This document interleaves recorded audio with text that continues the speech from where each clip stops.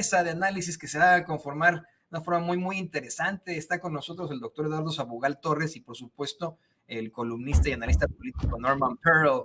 Te saludo, doctor, ¿cómo estás? Bienvenido a Sin Censura. ¿Qué tal, Toño? ¿Qué tal, Norman? ¿Qué tal a todo el auditorio, al público conocedor, consentidor, como dices tú, Toño? Muchas gracias por la invitación. Gracias a ti, doctor, por estar aquí con nosotros. Norman, bienvenido también aquí a Sin Censura. Muchas gracias, Toño, muy amable, qué gusto ver a Eduardo y seguramente estarán viéndonos mucha gente de esta amplia audiencia de Sin Censura. Sí, hoy tenemos una muy buena audiencia que pasa de los 10,000, 11,000 vistas hasta ahora, ¿no? Que se va prolongado el programa desde las 6 de la mañana.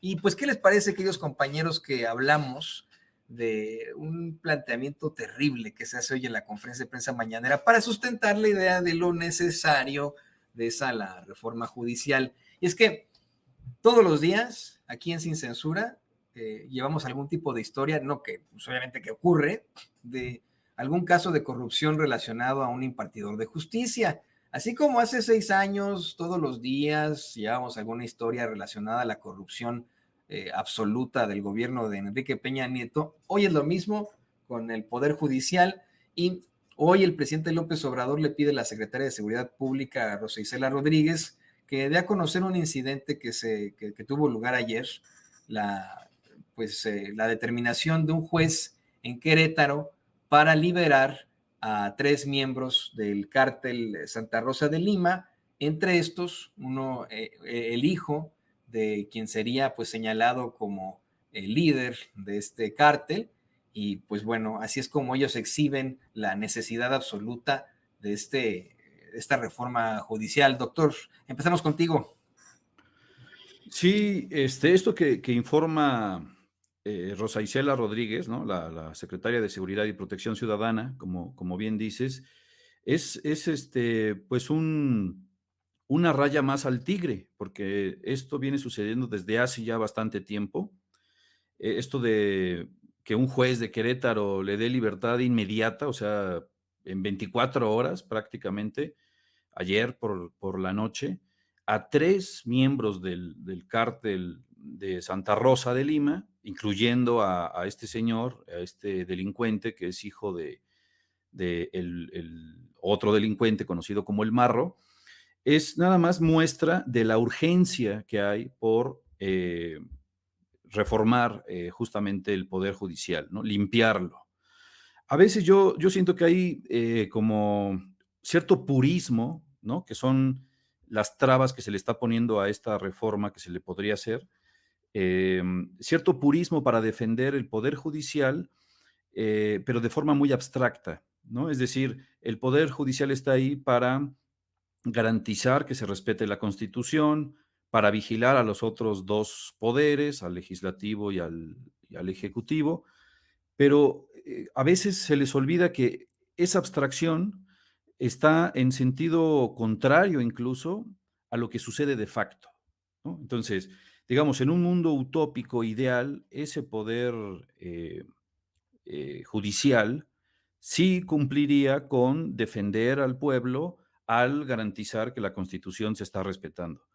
Pero en los hechos, de facto, en este país, ese poder judicial, como hace un momento decía bien el maestro Sevilla, perdón, Paco Cruz, eh, como bien decía él, se convirtió en un bastión del neoliberalismo, el último reducto desde donde se defiende todo lo que fue el prianismo y el régimen de corrupción que va de la mano del neoliberalismo. Pero yo diría algo más, ese poder judicial, lamentablemente, al parecer, y lo que sucedió ayer es prueba de eso, en Querétaro, está asociado también con el crimen organizado. Entonces, si nos ponemos a defender de forma abstracta las formas, lo que está en el papel, pues suena muy bonito, ¿no? Defender tal y como está el Poder Judicial, pero si nos vamos a los hechos, a la facticidad, urge que nosotros podamos escoger a los jueces, a los magistrados, a los ministros. En otros países es posible hacer eso. Creo que en Japón lo hacen, en Estados Unidos lo hacen. Entonces, a la derecha rancia de este país, cuando les conviene, son malinchistas y voltean a ver lo que hacen las potencias mundiales, y cuando no les conviene, cierran los ojos. A mí no me parece nada descabellado que se pueda democratizar el Poder Judicial y que pueda haber una elección de esas personas, esos hombres y mujeres, que van a cargar con la responsabilidad de supervisar que se cumpla la Constitución y que haya sobre todo justicia, ¿no? O sea, no se puede canjear la democracia por la justicia, como dijo López Obrador. Es decir, hay una especie de chantaje al decirnos, no, no, no, si se toca el Poder Judicial, democratizándolo, entonces va a haber una dictadura y no va a haber división de poderes. Eso es falso completamente, ¿no? No se está tocando la división de poderes, es mentira que se va a quitar el derecho de amparo, es mentira que cualquiera va a poder llegar a ser entonces juez.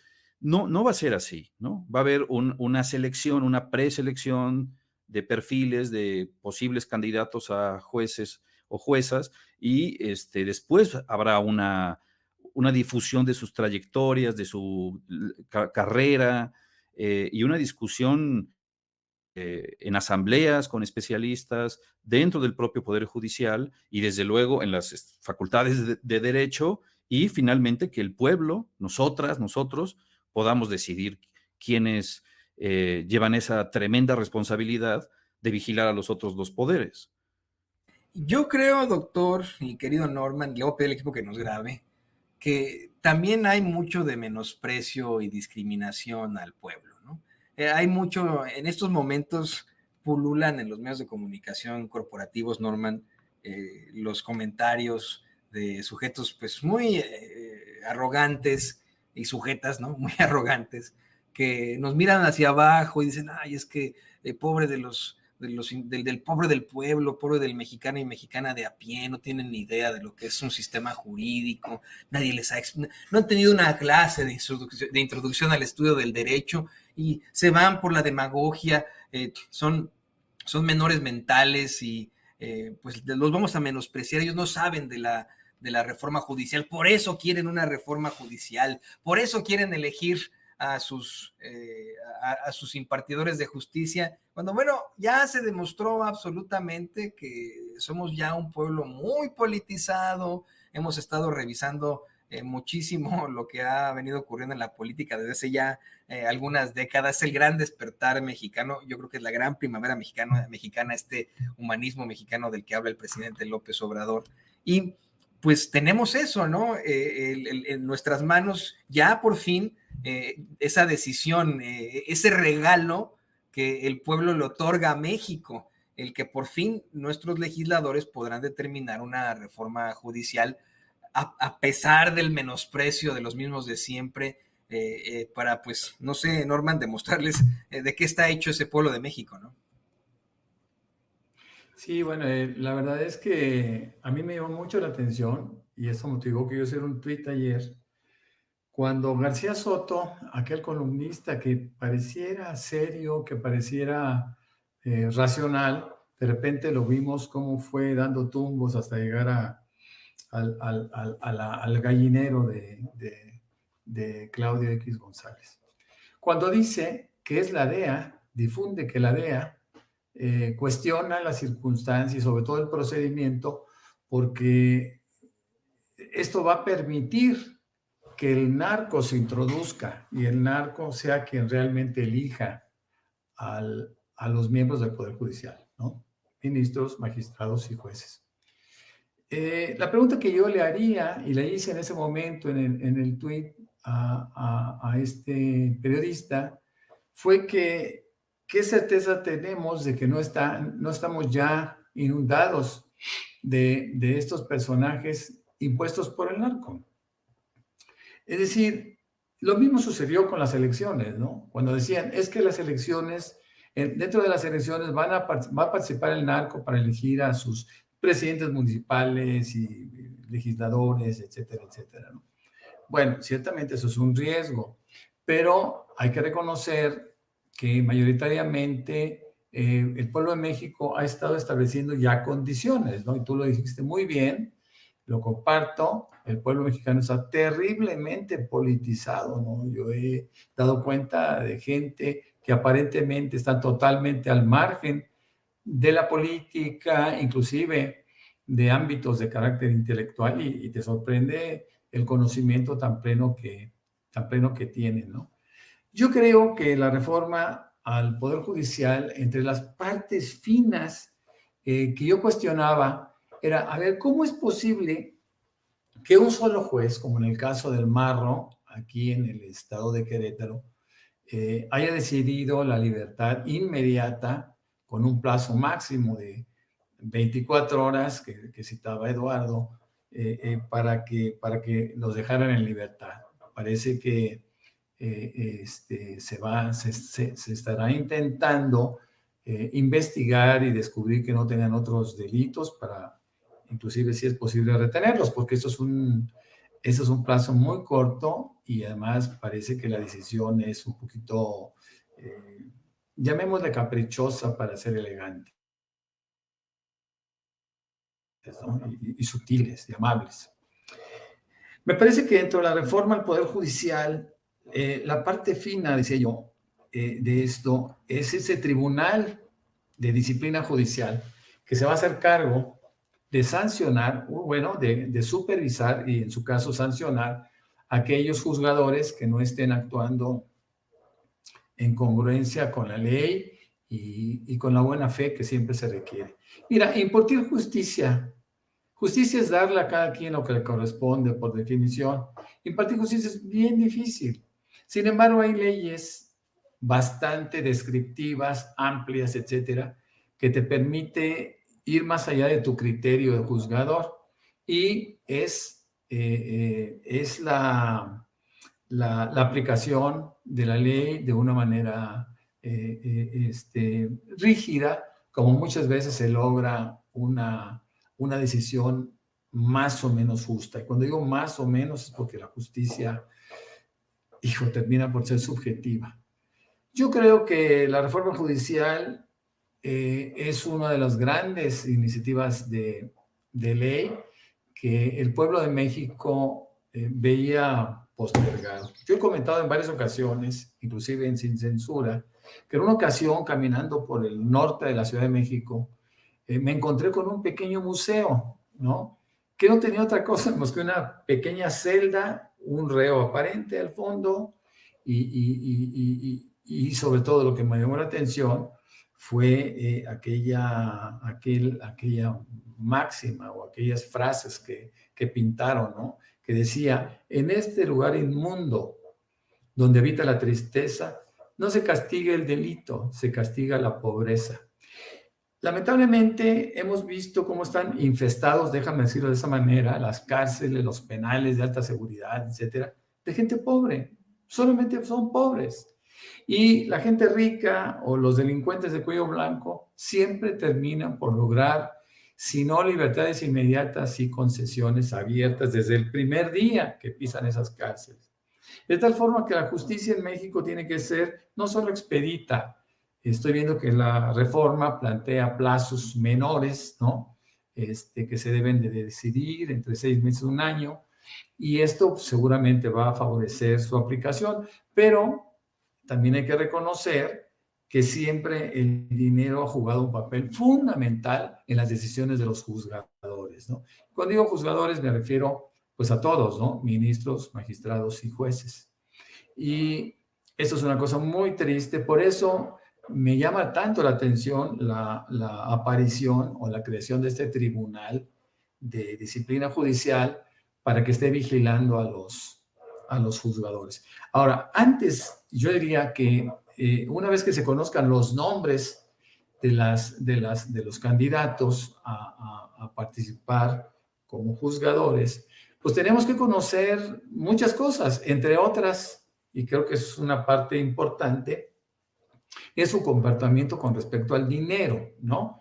Es decir, hay que no solo sea una simple 3 de 3, ¿no? Que sea una investigación profunda de sus patrimonios antes y después, ¿no? Porque esto nos permite, y no solo de ellos, por supuesto, de sus familiares y de sus amigos más cercanos, porque hemos visto cómo siempre prestan nombres desde hace muchos años que han venido sirviendo a la posibilidad de que estas personas puedan delinquir con tranquilidad. También hay que reconocer que si solamente se van a elegir a 1,600 juzgadores en las 3 posiciones que he venido mencionando, pues bueno, se tiene que hacer una investigación con respecto a ese nepotismo que se ha dado en torno a los jueces, quienes tienen un promedio de 9, 10 familiares insertos, involucrados en el mismo Poder Judicial con sueldos extraordinarios, independientemente de que sabemos la misma iniciativa o la misma reforma propuesta establece que nadie podrá ganar más allá de lo que gana el presidente de la República, que ciertamente es el funcionario más importante del país. Toño, Eduardo.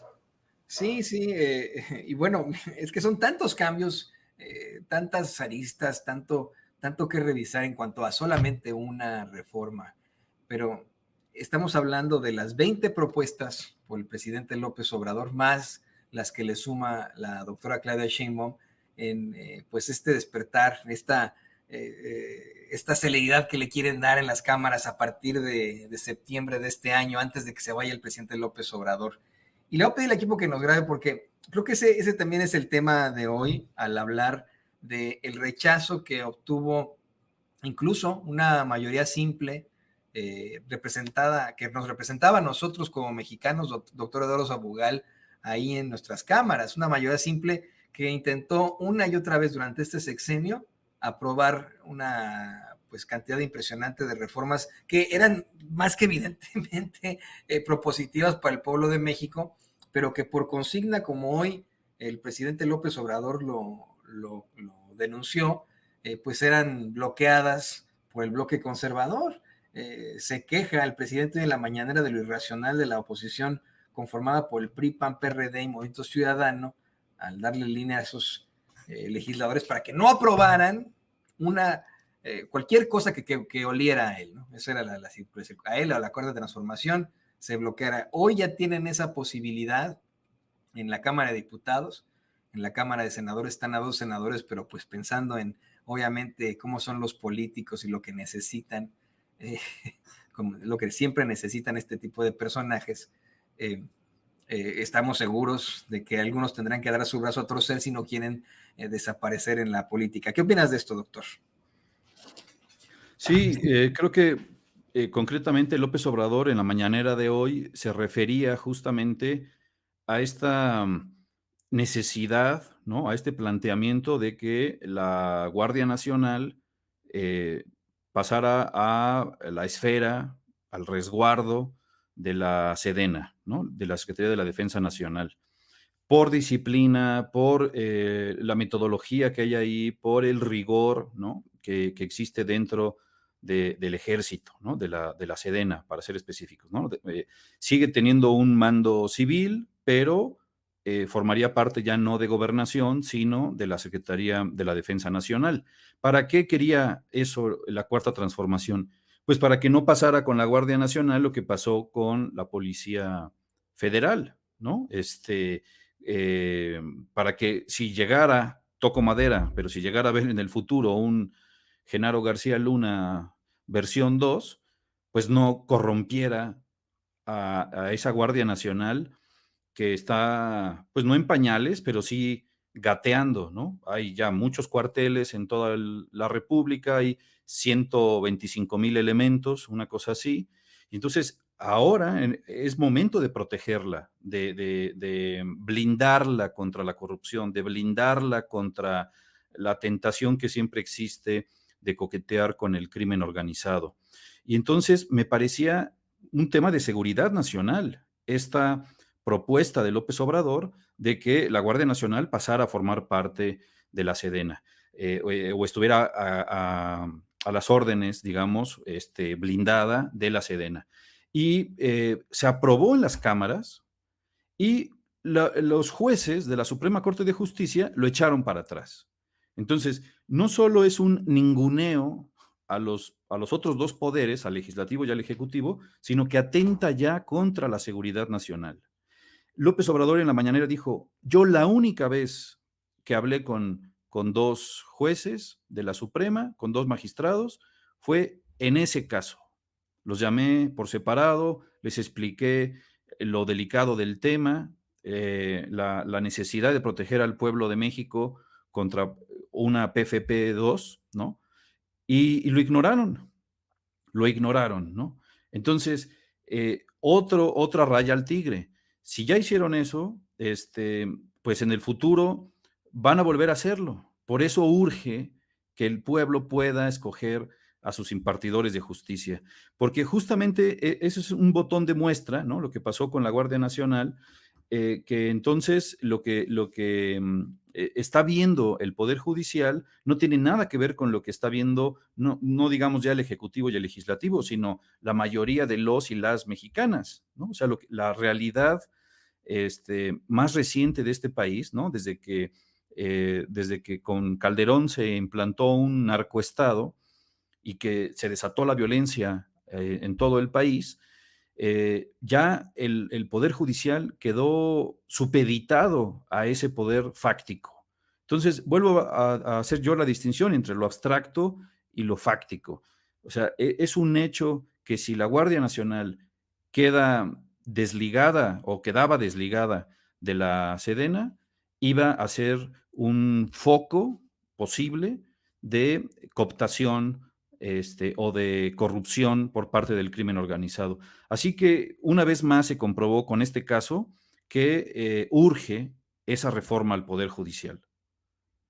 Y me quedo mucho con eso, doctor, esto que dices de que efectivamente atenta contra la seguridad nacional, pero es un cúmulo de cosas. Le pido al equipo que nos grabe, Norman, es un cúmulo de cosas, ¿no? No solamente atenta contra la seguridad nacional, que se pasen por el arco del triunfo las determinaciones que en algún momento llegan, las leyes que llegan a publicarse ya en el diario oficial y que con la mano en la cintura, Norma Piña y sus impartidores de justicia, de un momento a otro tiren esas determinaciones, esas leyes, asegurando que son anticonstitucionales o hay vacíos o vete a saber qué. Además de que esto es un atentado contra la seguridad nacional, como dice el doctor Sabugal, también es una situación que llega a la liberación de criminales, de sus cuentas, a favorecer a personajes en las élites, a multimillonarios, como a Ricardo Salinas Pliego. De verdad, estoy convencido de que en estos momentos es un poder judicial contra México, y un México que esté diciendo ya no más. Puede que tengas tú a tus comentócratas, a tus élites, pero ya no más. Ya hoy México te está diciendo que no. ¿Qué opinas de esto, Norman? Pues mira, vemos, por ejemplo, cómo en Estados Unidos, en pequeños pobladitos cercanos a la frontera con México, yo he visto elecciones en donde votan a un sheriff, ¿no? Votan a sus autoridades y lo hacen pues con la convicción de que quieren tener a lo mejor. Además, ellos conocen muy bien, son tan poquitos que conocen muy bien al resto de la gente. Pero una reforma al Poder Judicial debería ser aplaudido por todo el mundo, ¿no? Es decir, el presidente López Obrador ha hecho varias analogías. Por ejemplo, cuando dice, ¿cómo es posible que 11 ministros, de los cuales se requieren 8 votos para transformar la Constitución, puedan estar por encima de las decisiones de un pueblo? A ver, entendiendo que el legislativo, especialmente diputados y senadores, bueno, pues son elegidos por el pueblo, son los representantes del pueblo. Entonces ahí están representados por lo menos 97, 98 millones de electores, ¿no? De electores empadronados y de 61 millones de personas que han votado recientemente, que hemos votado recientemente. ¿Qué sucede con esto? Pues que estamos hablando de que no hay un equilibrio, ¿no? Ni siquiera, por supuesto, no en términos cuantitativos, porque sería una locura, pero el Poder Judicial se abroga derechos que no le corresponden, siendo que ni siquiera fueron votados, ¿no? Entonces, a mí me parece que esto podrá, de alguna manera, poner en la dimensión correcta la circunstancia de un poder judicial. Un poder judicial que sea acotado, que sea terriblemente supervisado por ellos mismos, por el tribunal que me refería, que sean sancionados de inmediato cuando se tome una decisión que vaya en contra de los intereses del pueblo. Mira, la liberación de la gente del Mencho por el juez queretano, o cuando menos que vive en Querétaro, pues fue una decisión que atenta contra los intereses del pueblo, porque no es el Poder Judicial el que está, la Fiscalía, por ejemplo, quienes estén perdiendo este pleito, ¿no? Es el pueblo, porque estás hablando tú de 3 delincuentes o presuntos delincuentes que se están reincorporando, no necesariamente a una sociedad activa, ¿no? Y propositiva y constructiva, no. Estamos hablando de gente, pues, que ha sido identificado, por lo menos encontrados o capturados en actividades ilícitas, que todas ellas afectan al pueblo.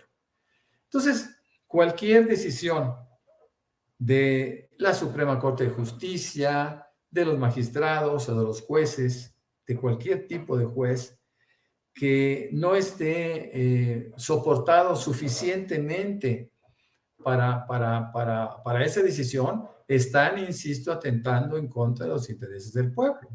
Y siempre se da, siempre sucede, vuelvo a insistir, con las personas que están en capacidad de comprar esa justicia. En México la justicia se compra, Toño, Eduardo. No nos podemos engañar. La justicia se compra y solamente la pueden comprar los delincuentes de cuello blanco y las personas que participan en el crimen organizado de nuestro país.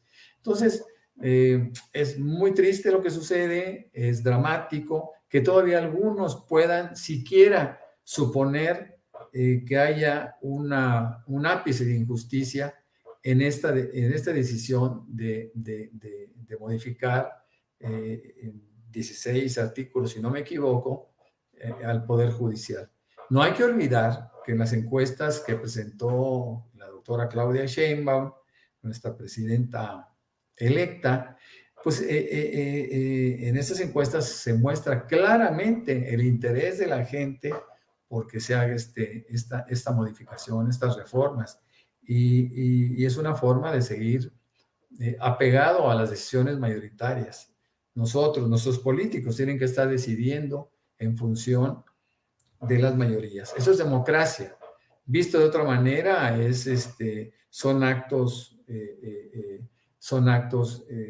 delictivos inclusive, ¿no? Tenemos que pensar en la modificación, tenemos que pensar en reformar a nuestro país en todos sus ámbitos. Y me parece que el gobierno del presidente López Obrador ha hecho cambios sustanciales y Claudia Sheinbaum va a culminar con una obra que esperada por muchos.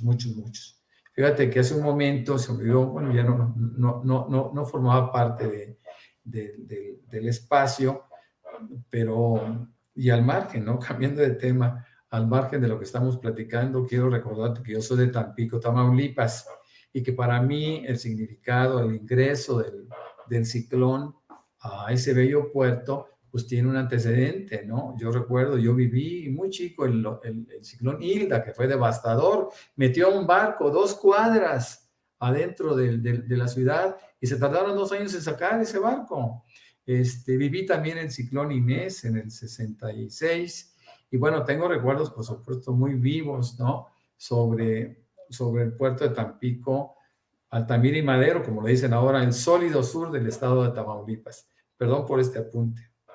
No, al contrario, te iba a preguntar pues, de los extraterrestres de los que nos hablaba el público de Sin Censura. No, yo no creo en esas cosas, pero me parece muy interesante el tema. Pero como interesante está esto del Poder Judicial, desafortunadamente, como siempre, esclavos del tiempo, se nos fue el momento, como siempre, y pues no me queda, aquellos compañeros, más que agradecerles estos análisis tan profundos que hemos hecho de estos temas tan necesarios para el pueblo de México en estos momentos. Y bueno, pues les pido que por favor nos compartan sus redes sociales para que esa gente bonita de Sin Censura se ponga en contacto con ustedes. Estábamos contigo, Norman, por favor, compártenos tus redes sociales. Sí, claro que sí, con muchísimo gusto. Bueno, yo soy Norman F. Pearl. A mí me pueden encontrar como Norman F. Pearl. Aquí está saliendo el doctor Sabugal. Están poniendo mal el súper, ¿eh? Está mal el súper. Ahí está, ahí está. Sí, me encuentro en el X como Norman F. Pearl y también en Facebook. Y también me pueden leer en diferentes plataformas. Muchas gracias por el espacio. Muchas gracias a Eduardo. Muchas gracias a ti, Toño. Y por supuesto, siempre agradezco la atención que nos dispensa la audiencia, una maravillosa audiencia, terriblemente politizada también. Sí, y de lo que estamos muy orgullosos, Norman, ahí tiene usted al columnista y analista político Norman Pearl. Una disculpa, a veces así pasa, ¿no? Que se queda pegado ahí el súper, pero ahí está, querido Norman. También, doctor, por favor, compártenos tus redes sociales para que la gente se ponga en contacto contigo. Sí, Toño. Bueno, antes nada más quería dar como un dato para irnos de buenas, que ahí está Lenia Batres, ¿no? Que esa es la buena noticia, ¿no? Que ella está ahí y que todavía puede haber una conciencia crítica dentro del propio Poder Judicial, ¿no? El buen juez por su casa empieza, dice el dicho. Bueno, estoy en ex Twitter como @perifonia R, aquí está, @perifonia R, yo soy Eduardo Sabugal.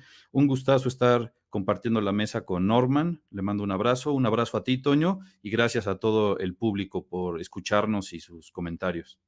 Ahí tiene también a nuestro queridísimo académico, al doctor Eduardo Sabugal, aquí en Sin Censura.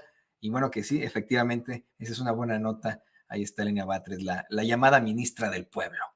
Y esta mesa tan interesante. Muchas gracias, compañeros. Y bueno, mire,